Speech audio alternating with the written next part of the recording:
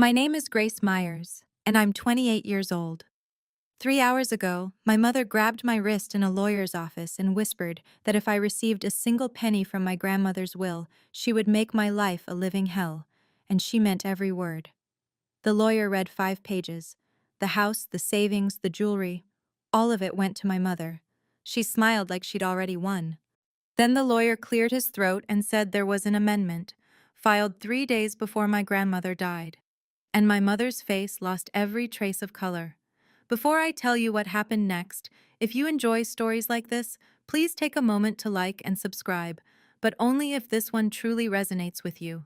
Drop your location and local time in the comments. I love knowing where you all are listening from. Now, let me take you back 6 months, to the last time my grandmother ever called me. It's a Tuesday evening in September.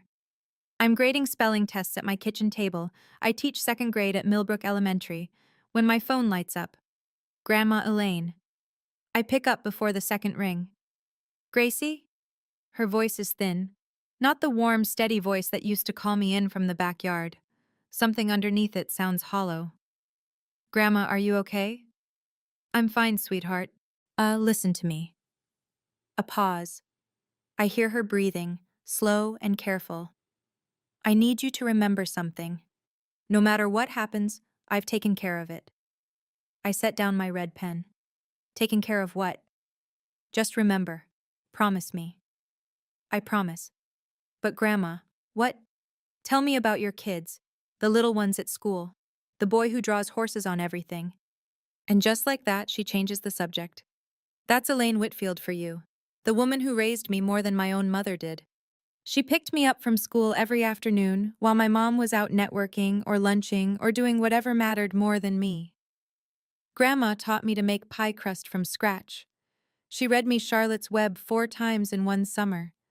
And every time my mother made me feel small, Grandma would sit me on her porch swing and say, "You have more spine than you think, Gracie." We talk for 11 minutes. She asks about my students, my apartment, whether I'm eating enough, normal things. But her voice never comes back to full strength, and she never explains what she meant. The next morning I call her back. The phone rings twice. My mother picks up. "Mom, I'm calling for Grandma." "Mom's resting. Don't call this number again." The line goes dead. Over the next week, I call 11 times. I keep a tally on a sticky note by my phone like some kind of sad scoreboard. 3 times the call goes straight to voicemail. Twice my mother picks up and hangs up without a word. And the rest just ring and ring. On day 8, I drive 40 minutes to Grandma's house on Maple Street. The porch light is off, which is wrong. Grandma keeps it on until 10 every night, always has. I knock. Nothing. I knock harder. The door finally opens, but it's not Grandma standing there. It's Rick, my stepfather. He fills the doorway with his arms crossed, still wearing his work boots inside the house, which Grandma would never allow. "Your mother said no visitors. Elaine needs rest, and not drama." "She's my grandmother, Rick. I just want to see her." "Don't make this harder than it needs to be, Grace." He closes the door. I stand on the porch listening to the lock click into place. The next day, I try Mrs. Patterson, Grandma's neighbor for 30 years. She sounds confused on the phone. "Oh, honey, Diane told us Elaine moved to a care facility up in Ridgewood." But Grandma hasn't moved anywhere. I know because when I drove to Maple Street, and I looked up at her bedroom window, and the lamp was on. The one with the yellow shade she's had since I was 6. She was in that house, 15 feet from where I stood on her own porch. That's when something shifts inside me. My mother isn't taking care of Grandma. My mother is keeping her, and she's making sure I can't get close enough to find out why. 3 months pass, 91 days. I don't see my grandmother once. Every Sunday I write her a card. Short things, how my students are doing, what the weather's like, that I made her peach cobbler recipe and burned the top. I mail them to Maple Street. I have no idea if she ever holds them in her hands. My mother calls me exactly once during those 3 months. Not to update me on Grandma's health, not to ask how I'm doing. "Mom's changing her estate plan. It's what she wants. Don't make a scene." I grip the phone so tight my knuckles ache. "What do you mean? You're changing it?" "It means it's handled. It means you should focus on your little teaching job and let the adults manage things." My little teaching job. I make $34,000 a year. I looked into hiring an elder law attorney. The retainer alone would take 3 months of rent. I have no proof of anything except a feeling in my gut and a porch door locked in my face. I'm completely powerless, and my mother knows it. Then, a Tuesday night, late November, my phone buzzes. Unknown number. Shen, a text message, 4 lines. Your grandmother is in hospice now. She asks about you every day. I'm sorry I can't say more. Please don't give up on her. No name, no explanation. Just someone reaching out through a crack in the wall my mother built. I read that message 7 times. I screenshot it. I press my phone against my chest like it's a letter from a war zone, because in a way, it is. Someone knows the truth. Someone is watching. But who? And I sit on the floor of my apartment that night, back against the wall, a box of old photos open in my lap. There's one from my 8th birthday. Grandma and me blowing out candles together, her arm around my shoulders, both of us laughing. My mother isn't in the frame. I don't think she was in the room. I start doing the math in my head. Not money math, loss math. If I stay quiet, I lose the chance to say goodbye to the only person who ever fought for me. I lose every photo, every journal, and every piece of jewelry Grandma promised would be mine someday. I lose the house where I learned what love was supposed to feel like. But worse than all of that, I lose myself. Because this is the pattern. When I was 18, Grandma gave me her old Buick so I could drive to college. My mother sold it within a month, said it was an eyesore in the driveway. I said nothing. When my mother told her friends at church that I was ungrateful and distant, I said nothing. But when she forgot my college graduation, I said nothing. 28 years of nothing. If I stay quiet now, Grandma dies thinking I didn't care enough to fight back. I kept asking myself, was I wrong for wanting to see my own grandmother? Was I being selfish, like my mother always said? Or was she the one who had crossed every line? Honestly, I still don't know if I waited too long to push back. What would you have done? Would you have fought harder? Or would you have been afraid of losing everything too? Tell me in the comments, because back then, I really needed someone to tell me I wasn't crazy. I don't sleep that night. By morning, I have a plan. Not a great one, but a plan. Years ago, Grandma added me as a secondary contact on her insurance. I remember because she made me write down the policy number on an index card. Keep this somewhere safe, Gracie, just in case. At the time, I thought she was being dramatic. But now I understand. She was thinking ahead long before I realized anyone needed to. I call the insurance company. After 40 minutes on hold, a kind woman confirms Grandma is receiving hospice care through Meadowbrook Home Health. I hang up and drive straight there. The lobby smells like floor cleaner and flowers that are one day past fresh. I approach the front desk and give my name. The woman behind the counter types, pauses, and looks up at me with practiced sympathy. I'm sorry, ma'am. Your name isn't on the approved visitor list. I'm her granddaughter, her only granddaughter. I understand. But the primary contact, a Diane Myers, provided a specific list. We're required to follow it. My mother put together a list of people allowed to see my dying grandmother, and left me off it. I sit in the parking lot for an hour. The engine is off. My hands are on the steering wheel, and I'm not sure when they started shaking. Then I see a woman in scrubs walking out the side entrance, middle-aged, tired, carrying a canvas tote. She reaches her car, then pauses, looks across the lot, looks straight at me through my windshield, holds my gaze for 3-4 seconds. Then she turns away and gets in her car. I don't know her name, not yet. 2 weeks later, my phone rings at 7 in the morning. My mother's name on the screen feels like a stone dropping into water. Mom passed this morning. Funeral's Thursday. Wear something appropriate. Not, I'm sorry, Grace. Not, she went peacefully.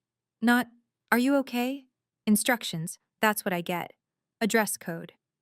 Thursday comes. The church is half full. Neighbors, book club women, a few cousins I haven't seen in years. Grandma's casket sits beneath a spray of white roses that my mother almost certainly picked out for the photos. And there is Diane, center stage, dabbing her eyes with a handkerchief, hugging every single person who walks through the door. I was with her every single day until the end, she tells Mrs. Patterson. She says it loud enough for the whole pew to hear. I never left her side. I stand in the back row. Nobody asks how I'm doing. Nobody asks where I've been. They already have Diane's version of the story. Rick passes me on his way to the restroom. Doesn't look at me. Just mutters, "Don't cause any trouble today." I watch my mother accept sympathy for a death she made lonelier than it had to be. And something inside me turns very still and very cold. Then, a hand on my shoulder. Gentle. I turn. It's the woman from the parking lot. Same tired eyes. She's in a dark blouse now instead of scrubs, but I recognize her instantly. She leans close. "She talked about you. Every day." Before I can say a word, before I can even ask her name, she steps back, turns, and disappears through the side door of the church. Every day. Grandma asked about me every day. 1 week after the funeral, as an email lands in my inbox from the law office of Howard Callahan. Subject line: Estate of Elaine R. Whitfield. Reading of Last Will and Testament. Friday, 2 o'clock. Please confirm attendance. My phone rings before I finish reading. Diane. "You got the email?" "Yes." "Just show up and keep quiet." "Why would I need to keep quiet?" "Because there's nothing in that will for you, Grace." "How do you know that?" A pause, then flat and final. "Because I made sure of it." 6 words. That's all it takes to confirm what I've feared for 3 months. My mother didn't just take care of Grandma. She took care of the paperwork too. She made sure every dollar, every floorboard, every piece of my grandmother's life was pointed in one direction. Hers. I set the phone down on my kitchen counter and stare at the ceiling. No lawyer, no savings, no recording of that call. It's my word against hers, and in this family, my word has never been worth much. I think about calling one of those free legal hotlines. I think about driving to the police station. I think about standing up in the lawyer's office and telling everyone what Diane did. But with what proof? A blocked phone log? A parking lot memory? A stranger who touched my shoulder and walked away? I don't have a hand to play. My mother holds every card. But somewhere underneath all that, underneath the panic and the grief, I hear Grandma's voice from that September phone call. A thin but certain. "I've taken care of it." I still don't know what that means. But Friday, I'll be there. And I won't keep quiet. Not this time. Thursday night. The apartment is quiet except for the hum of the refrigerator and the sound of my own breathing. I'm sitting cross-legged on my bed with a shoebox of photographs. Grandma and me at the county fair, powdered sugar on our chins. Grandma teaching me to sew a button, my fingers clumsy, her hands steady over mine. But Grandma at my high school graduation, holding a sign that said, "That's my girl," in block letters she'd painted herself. My phone buzzes. "Rick. Tomorrow is about respecting your mother's sacrifices. Elaine would be ashamed of you if you made a fuss." I read it twice. Then I set the phone face down. Elaine would be ashamed. He actually typed those words.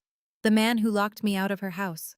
Had the man who stood in her doorway like a bouncer at a club and told me not to cause drama while my grandmother was dying on the other side of the wall. I pick up the photo from the county fair. Grandma is looking at the camera, but her hand is on my shoulder. It's always on my shoulder. "You have more spine than you think, Gracie." And then the other voice, from that last phone call.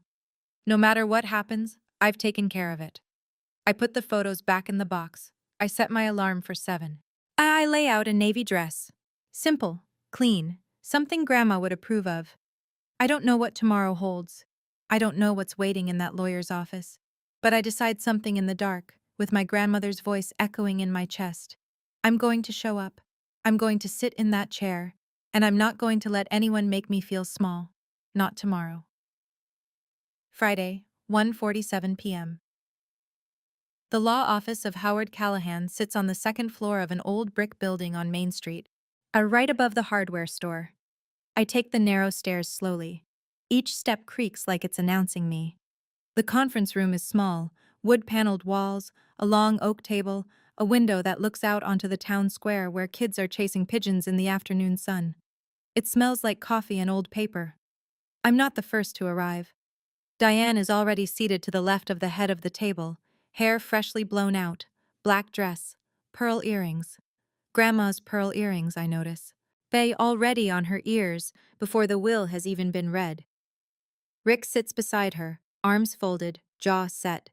He doesn't acknowledge me. Aunt Linda, my mother's younger sister, is across from them, clutching her purse in her lap like a life preserver. We make brief eye contact. She gives me a tight, nervous smile. Two women I recognize from Grandma's church sit near the window, Barbara and Joan, Grandma's closest friends. They nod at me, but there's something behind their eyes. Pity. Or maybe judgment. Diane's funeral performance is still fresh. At the head of the table sits Howard Callahan, 60s, silver-haired, reading glasses perched at the tip of his nose, calm in a way that fills the room. In front of him is a document folder, thick, held together by a binder clip. But I notice something. The folder isn't one stack, it's two. The top section is thinner, held by a blue clip. Beneath it, a second section, thicker, secured with a red one. Two sections, two clips. Thank you all for being here, Callahan says. We'll begin in a moment. I take the last empty chair, at the far end of the table, alone. Callahan opens the blue-clipped section and arranges his papers. The room settles into the kind of silence that presses against your ears. Then my mother moves. She leans toward me, not casually, not subtly. She reaches across the gap between our chairs and grabs my wrist. Not my hand, my wrist. Her fingers close around it like a cuff, and I feel her nails press into the thin skin above my pulse. She pulls me close. Her perfume is sharp, gardenias and something chemical underneath. If you get a single penny, she whispers, I will make your life a living hell. Don't test me. Her eyes are steady, flat. She means it the way people mean things they've rehearsed. I don't pull my hand away. I don't flinch. I look straight at her, and for the first time in my life, I don't look down first. Something has changed in me. Though I can't name it yet. Maybe it's the 3 months. Maybe it's the funeral. Maybe it's the fact that she's wearing Grandma's earrings like a trophy before the body is cold in the ground. I say nothing, but I don't blink either. Diane releases my wrist and straightens in her chair, satisfied. I glance toward the head of the table. Callahan is watching. He doesn't say a word, but his eyes drop to where Diane's hand just was, my wrist. At the white marks from her grip already fading, and something shifts in his expression. Not surprise. Something quieter, like confirmation. Then he opens the folder. In that moment, I understand something I haven't before. My mother isn't confident. She's afraid. Not of me, of what Grandma might have done. Callahan begins with the original will, dated 14 months ago. He reads slowly, clearly, the way someone reads when they know every word matters. On page 1 and 2, the family home at 412 Maple Street, left to Diane Myers. The house where I learned to walk. The house where Grandma read me stories on the porch swing. The house where I stood outside and couldn't get past the front door. Diane's. Page 3. Savings accounts totaling $890,000, accumulated over Elaine Whitfield's entire working life as a school librarian and through careful, decades-long investment. Left to Diane Myers. Diane shifts in her chair. A small, satisfied motion. Page 4. The heirloom jewelry collection. Pieces passed down from Grandma's own mother, including a sapphire ring Grandma once told me would be mine on my wedding day. Left to Diane Myers. Page 5. Vehicle, furniture, books, personal effects. To be distributed at Diane's discretion. At Diane's discretion, meaning my mother decides whether I get a single photograph, a single teacup. My mother turns to me. Though she doesn't bother hiding it now. The look on her face is victory. Clean and open and almost peaceful. See, she says, barely above a whisper. She knew who was there for her. Rick reaches over and squeezes Diane's knee. A little celebration. Aunt Linda looks at me from across the table. Her lips part slightly, like she wants to say something, but she drops her gaze instead. Barbara and Joan exchange a glance. They don't look at me. I sit still. My hands are flat on the table. And inside my head I hear Grandma's voice. I've taken care of it. But right now, that sounds like a lie. Diane doesn't wait for Callahan to finish. She stands, dabs her eyes with a tissue, the same choreographed grief from the funeral. She addresses the room like she's accepting an award. I know this is emotional for everyone, but Mom always knew who was there for her. I gave up everything to take care of her. I quit my book club. I rearranged my entire schedule, but I was there every morning and every night. She pauses, turns to me. Grace couldn't even bother to visit. Not once in 3 months. My mother died wondering why her own granddaughter abandoned her. The words hit me like a slap. Because they're designed to. She's using the wall she built between me and Grandma as proof that I didn't care enough to climb it. Barbara shakes her head slowly. Joan closes her eyes. Rick straightens in his chair. It's true. Miss Grace didn't show up once. I open my mouth. But what do I say? They weren't there when I called 11 times. They didn't see me standing on the porch. They didn't sit in that hospice parking lot. All they know is what Diane told them, and Diane has been telling stories about me my entire life. The room feels smaller. Every pair of eyes carries the same quiet accusation. Even Aunt Linda won't look at me now. Diane sits back down, smoothing her dress. Yeah, she reaches up and touches Grandma's pearl earrings. The gesture is almost obscene, like she's adjusting a crown. And I realize this is her masterpiece. She locked me out, then turned my absence into evidence against me. She stole 3 months from me and Grandma, and now she's using those 3 months to steal my grandmother's memory too. I have nothing left to lose. I look down at the table. My hands are trembling and I press them flat to make it stop, but it doesn't stop. Maybe she's right. The thought comes uninvited, but it comes hard. Maybe I should have tried harder. Driven there every day. Called the police. Done something besides write cards that probably ended up in the trash. Maybe I didn't deserve anything from Grandma because I didn't do enough to deserve her. I'm one breath away from standing up and walking out. Then I look up. Callahan hasn't moved. He hasn't closed his folder. He hasn't stood. He's sitting at the head of the table with his hands folded over the documents, and the second section, the one under the red clip, is still untouched. He's waiting. He let Diane speak. He let her finish. He let the whole room absorb her version. And now he's sitting there with something still in front of him. Diane catches it too. She looks at the folder and her eyebrows pinch together. A flicker, barely visible, but I see it. Mrs. Myers, Callahan says, his voice unchanged, as steady as a metronome. If you're finished, I'd like to continue. Diane laughs. One short syllable, more air than sound. Oh, is there more? Callahan removes the red clip. He lifts the second stack of papers and sets them squarely in front of him. There is an amendment to this will, he says, filed 3 days before Elaine Whitfield's death. The room goes silent. Not quiet. Silent. At the kind of silence where you can hear the clock on the wall and someone's stomach and the pigeons outside the window all at once. Diane's smile dissolves. What? Callahan speaks the way a surgeon works. Precise. Unhurried. No wasted motion. In addition to the original will, Elaine Whitfield executed a codicil and simultaneously established a separate legal instrument, an irrevocable trust, 3 days before her passing. He lets the word sit there. Irrevocable. For those unfamiliar, an irrevocable trust, once executed, cannot be revoked, amended, or contested by any party. It exists outside the probate process entirely. Diane grips the edge of the table. What trust? I never heard about any trust. Callahan doesn't respond to her directly. He reads, "The trust designates the following assets to be held for the sole benefit of Grace Elaine Myers." He pauses just long enough for the room to feel the weight of my middle name. Grandma gave me that. First, the savings accounts totaling $890,000 to be transferred into the trust in their entirety. Diane's chair scrapes back an inch.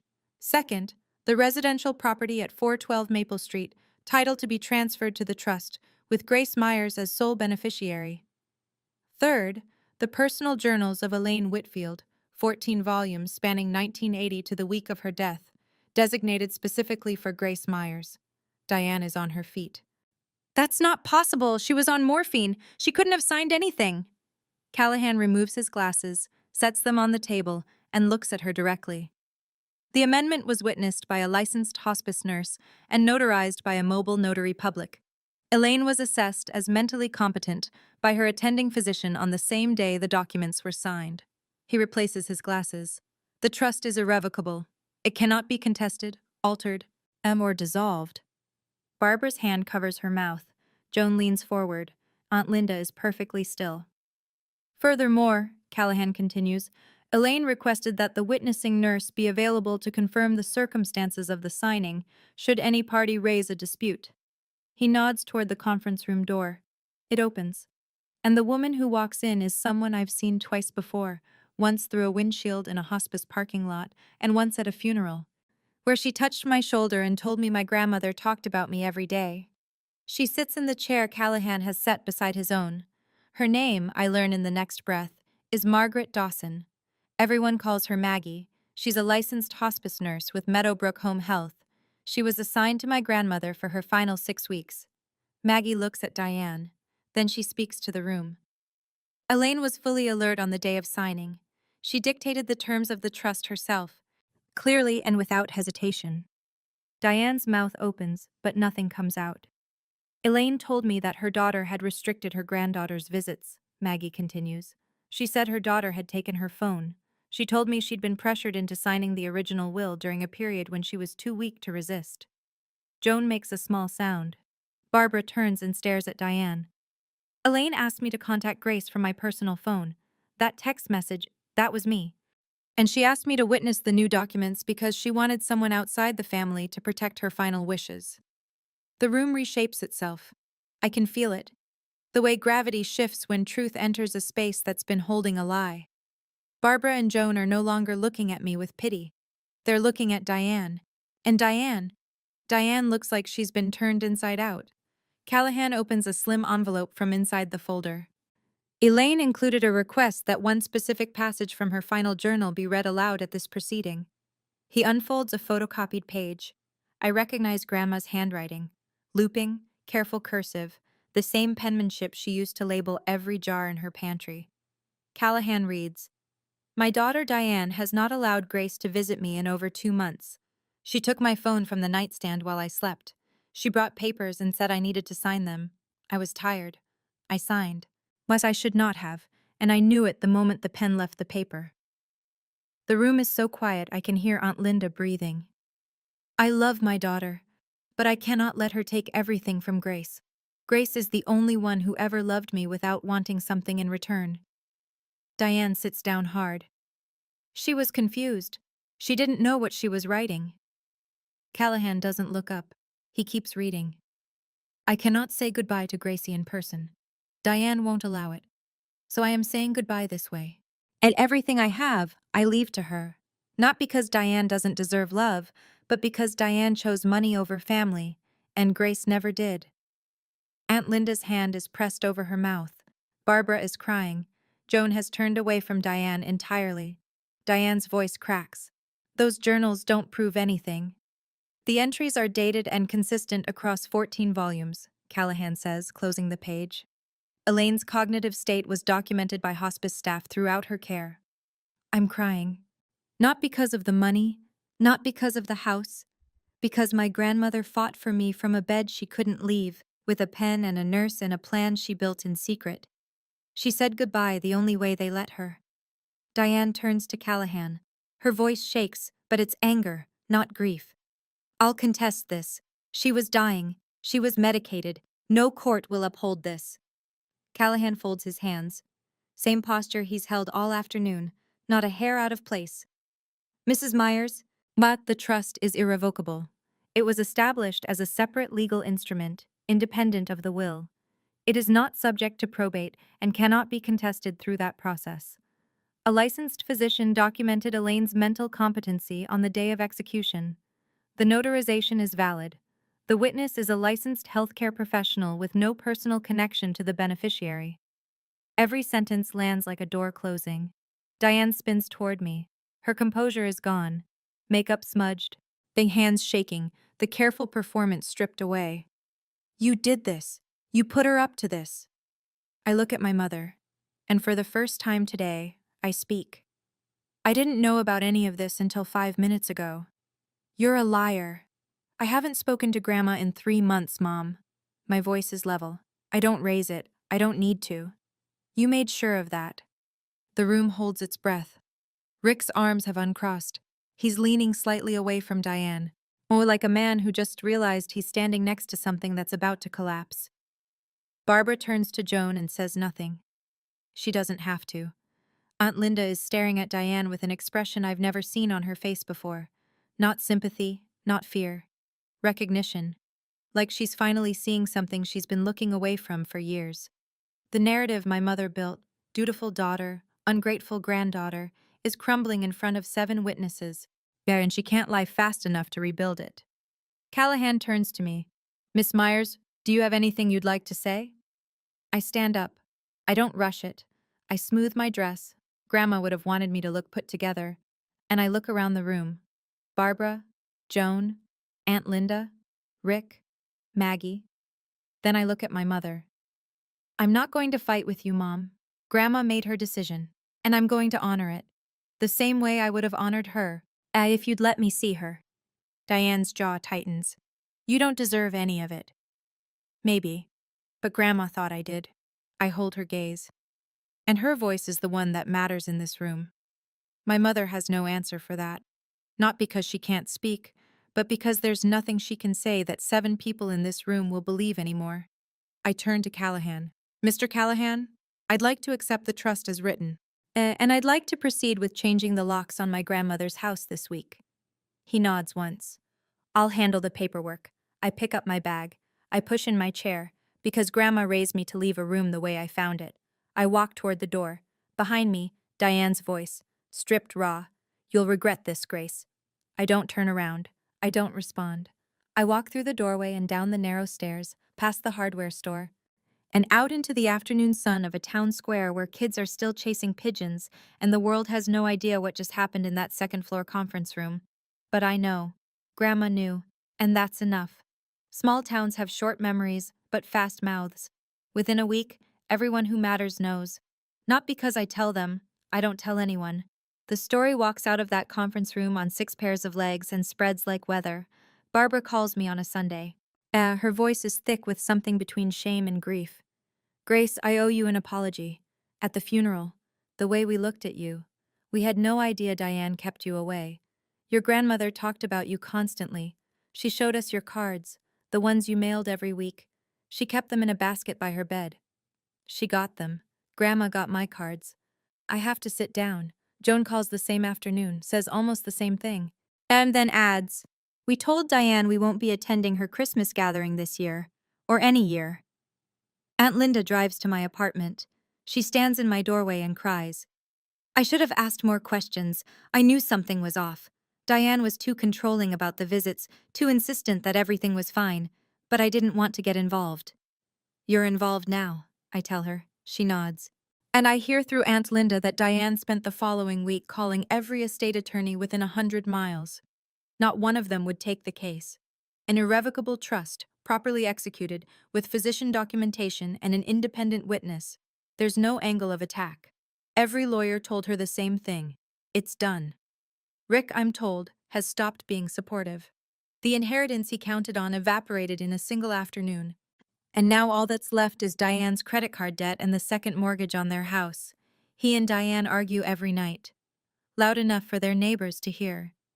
2 weeks after the reading, my phone rings. Diane. I almost don't answer. But something in me knows this is the last conversation we'll have for a long time, and I want to walk away clean. Grace. Her voice has changed. The sharpness is gone. Now it's soft, pleading. The victim voice. I've heard it my whole life. It usually aimed at other people. This time it's aimed at me. Grace, I'm your mother. You can't shut me out. I took care of Grandma for years. I deserve something. You deserve to be heard, Mom. So I'm listening. What exactly did you do for Grandma in those last 3 months? Silence. You took her phone. You locked her door. You told her neighbors she'd moved. You kept me away from her deathbed. My voice is steady. Each sentence is a fact, not an accusation. And then you stood at her funeral and told a room full of people that I abandoned her. I did what I had to do. And Grandma did what she had to do. Longer silence. I can hear her breathing, uneven, ragged. I love you, Mom, but I don't trust you. And I'm not going to let you control me the way you controlled her. Don't call me again unless you're ready to be honest, truly honest, about what happened. I hang up. That phone call was one of the hardest things I've ever done. A part of me wanted to forgive her right there. Part of me wanted to scream. And a quieter part kept wondering, did she ever really love Grandma? Or was it always about the money? What do you think? Was Diane always this way? Or did desperation turn her into someone she never meant to become? Have you ever had to draw a line with your own parent? Tell me in the comments. Without Grandma's money, reality catches up to Diane fast. Aunt Linda fills me in, not to gossip, but because she thinks I should know. Diane owes $43,000 in credit card debt. She and Rick took out a second mortgage 2 years ago to remodel their kitchen. The monthly payments were manageable only because Diane assumed the inheritance would cover everything. She told Rick as much, promised him. He built a budget around money that wasn't his. Now there is no inheritance. And Rick is the kind of man who keeps score. Their arguments aren't private anymore. The neighbors on both sides have heard the shouting. Rick sleeps in the guest room. Aunt Linda says he's already talked to an attorney, not an estate attorney, a divorce attorney. Diane tries to rebuild her reputation at church. She tells the congregation a version of the story where she's the wronged mother and I'm the scheming grandchild. But Barbara and Joan got there first. They told the truth quietly, to the people who mattered. The pastor pulls Diane aside after service for a private conversation. She doesn't return the following Sunday. A week later, I get an email. Long, 5 paragraphs. I'm sorry. I was scared. I was in over my head. Can we start over? I read every word. I sit with it. I think about Grandma, who loved Diane despite everything, who wrote in her journal that she wondered where Diane's selfishness came from and whether she was partly to blame. I don't respond. Not because I'm cruel. But because I've finally learned something. It took me 28 years to understand. Every apology from my mother has always been a door back to control. And this time, I choose to keep the door closed. The first time I open the door of 412 Maple Street with my own key, I stand in the entryway for a full minute and just breathe. The house smells the way it always has, lemon polish, old books, and something warm underneath that I can only describe as Grandma. Her kitchen still has the yellow curtains with the tiny flowers. Her armchair still holds the shape of her. The crocheted blanket she kept on the back of it is exactly where she left it. I walk through every room like I'm visiting a museum of the best parts of my childhood. The marks on the kitchen doorframe where she measured my height every birthday. The windowsill in the living room where she kept her violets. At the reading nook under the stairs where I used to hide with a flashlight and a stack of library books. In her bedroom, on the shelf beside the window, I find them. 14 journals. Dark green covers, numbered in her handwriting. 1980 to 2024.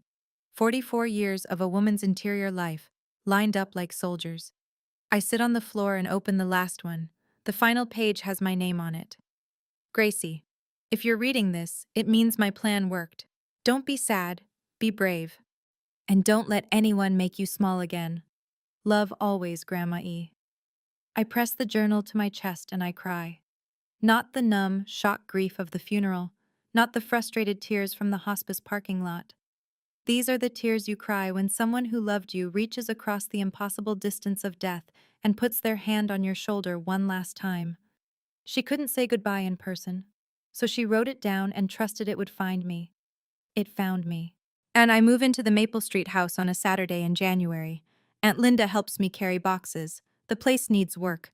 The porch railing is loose, the upstairs bathroom faucet drips, and the heating system makes a sound like a cat trapped in the walls. But it's mine. It's Grandma's gift, and I'm going to take care of it the way she took care of me. I use a portion of the trust to pay off my student loans. $31,000 gone. I set up a savings account. I don't buy a new car. I don't redecorate. I keep teaching second grade at Millbrook Elementary. My students don't know anything has changed, and that's how I want it.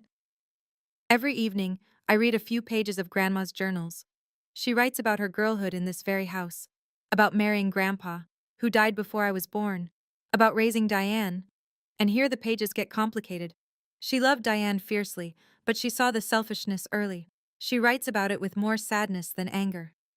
In one entry from 2009, she writes, Diane learned to take from somewhere, and I'm afraid it might have been from watching me give too much. She wasn't just protecting me. She was reckoning with her own part in the story. even at the end. I call Maggie to thank her. We meet at a diner in town. Over coffee, she tells me things I'll carry forever. Your grandmother was the bravest patient I ever had. She planned everything from that bed: the trust, the codicil, the journals, the timing. She had me call Mr. Des Callahan 3 times to make sure every detail was right. Maggie smiles. And she smiled the whole time. That's my grandma, fighting with a pen and a smile. I used to think that being a good daughter meant never saying no. I thought silence was loyalty. I thought if I just loved hard enough, if I was patient enough, if I was small enough, my mother would eventually love me back the same way. Grandma taught me something different, not through lectures, not through advice. It through what she did from a hospital bed with a failing body and a clear mind. She taught me that protecting someone you love sometimes means making the hard choice, even when it costs you peace. I don't hate my mother. I want to be clear about that. I don't wish anything bad on her. Some nights I still think about that email she sent. Can we start over? And part of me aches. She's my mom. That doesn't go away. But I've stopped waiting for her to become someone she's not. Here's where things stand. I don't call Diane. She doesn't call me. If that changes someday, it'll be because she's ready to be honest, not because I caved. I don't let Rick's texts get past my block list. I see Aunt Linda every other week for dinner. She's learning to cook Grandma's recipes, badly, and we laugh about it. I keep in touch with Barbara and Joan. I read Grandma's journals slowly, because I don't want them to end. And I live in the house on Maple Street. And I fixed the porch railing myself. The faucet still drips. I'll get to it. On warm evenings, I sit on the porch swing where Grandma used to hold me, and I watch the street go dark, and I feel something I haven't felt in a very long time. Solid ground. I'm 28 years old, and for the first time, I'm standing on it. That's my story. I never planned to share it. Yeah, but if it helps even one person realize they're not crazy for wanting boundaries with the people who are supposed to love them, then every word was worth it. Thank you for staying until the end. If this story made you feel something, hit subscribe and leave a comment. I read every single one. And if you've ever had someone protect you the way my grandma protected me, tell me about them. I'd love to hear it.